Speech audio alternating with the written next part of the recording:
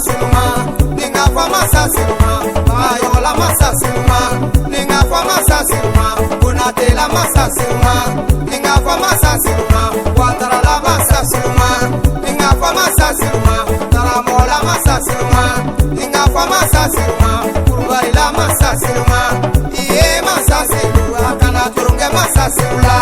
Ah, ça c'est la voix de la princesse Orodou Aouba. Iye masasiluma kana turunge masasilula ile mama sasilula tambere la masasilula ile mama sasilula sherifu la masasilula ile mama sasilula tarawele la masasilula ile mama sasilula kuyate la masasilula ile mama sasilula toso la masasilula Ye masasilu, alanyane masasilu.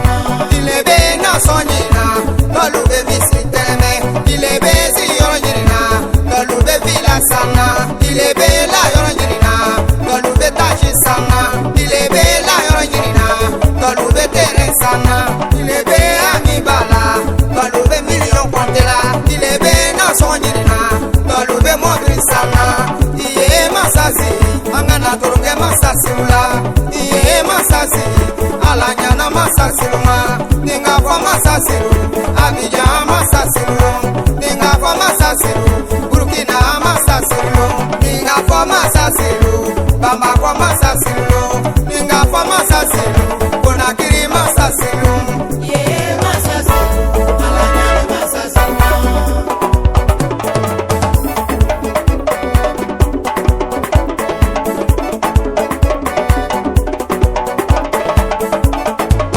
Ameri jomane masasi alanyani masasima ijebreu masasi alanyani masasima folidinya kokoma madamu jomane ledo folidinya magbema madam konelema folidinya jabima nasaratu jabima adeye depiteye yokugo depiteye folidi madima jomane madima folidi amima amisara bambama aye masasilu angana toronge masasilula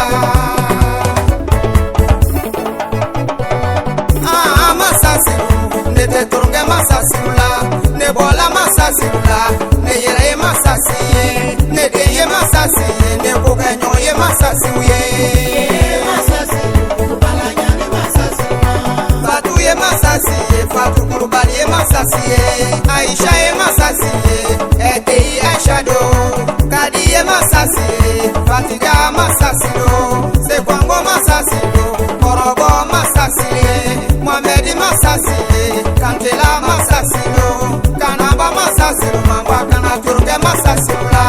Ye masasilu, alanyane masasilu.